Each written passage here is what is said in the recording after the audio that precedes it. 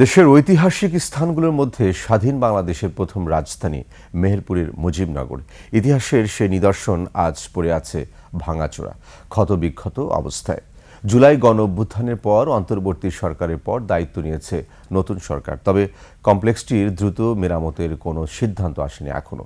মেহেরপুর প্রতিনিধি ফারুক হোসেনের তথ্য ভিডিওতে আরও জানাচ্ছেন মাসুম আলিসা। 72 ঘন্টা ময়েশ্চার লক সমৃদ্ধ লিলি বডি ওয়াশ, শিয়া বাটারের গুডনেস স্কিন রিপেয়ার করে রাখে সফট ও গ্লোয়িং। বুকে ক্ষত নিয়ে দাঁড়িয়ে আছে মুজিবনগর মুক্তিযুদ্ধ স্মৃতি কমপ্লেক্স। 5 আগস্ট পরবর্তী নভেম্বর-ডিসেম্বর মাসে গণপূর্ত বিভাগ মেহেরপুর থেকে মুজিবনগর কমপ্লেক্সের ক্ষয়ক্ষতি নিরূপণে তালিকা তৈরি করে। সেই তালিকা অনুযায়ী সেখানে থাকা মানচিত্রে 200টি, সামনের ভাস্কর্যগুলোর মধ্যে 65 এবং পূর্ব গ্যালারির 35টি ভাস্কর্য বিনষ্ট হয়েছে।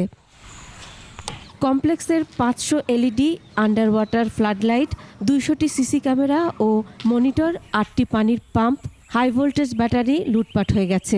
মুজিবনগরটা কারো ব্যক্তিগত সম্পদ ছিল না, এটা রাষ্ট্রীয় সম্পদ ছিল। এই ভাঙচুরের কারণে কিন্তু আমরা পর্যটক হারিয়েছি। আগে প্রচুর লোকজন আসতো, লোকে জায়গা হতো না, বাস মনে হয় 200-300 হতো, এখন আর একটাও আসে না। দর্শনার্থীরা জানান এর আগে এসে খুব ভালো লাগতো, এখন ভাঙাচোরা দেখে মনটা ভারাক্রান্ত। এই জায়গাটা খুব সুন্দর লাগছিল, এখন ভাঙিয়ে আমার তো মনটা একটু খারাপ, যে মানে একটা কিছু বলার মতো কিছু নেই। সৌন্দর্য করার দরকার, অনেক দূর তো বহু দূর এসেছি। 5 আগস্টের পর পর্যটক আসছে না, ক্ষুদ্র ব্যবসায়ীদের ব্যবসা বন্ধ। এখানে আগে অনেক টুরিস্ট আসতো, বাইরে থেকে অনেক দূর দূরান্ত থেকে আসতো, এখন আর তারা তো আর আসে না। আমাদের এখানে বেচা কেনাও হয় না, স্কুল লোকাল আমাদের বিক্রি বেচা কেনা ব্যবসাটা করতে হয়।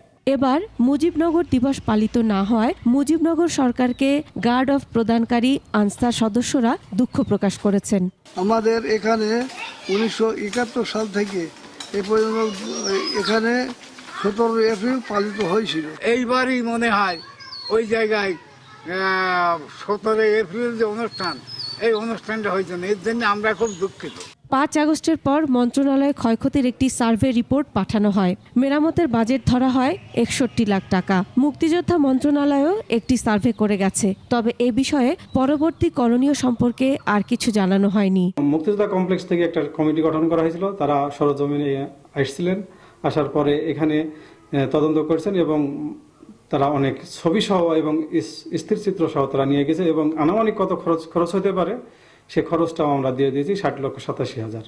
এরপরে আর পরবর্তী কোনো পদক্ষেপ আমাদের আর মুক্তিযোদ্ধা মন্ত্রণালয় থেকে জানানো হয় নাই। মেহেরপুর কমপ্লেক্সটি মেরামতের দাবি মুজিবনগরবাসীর। Masum আলিসা, desk report, 21 television.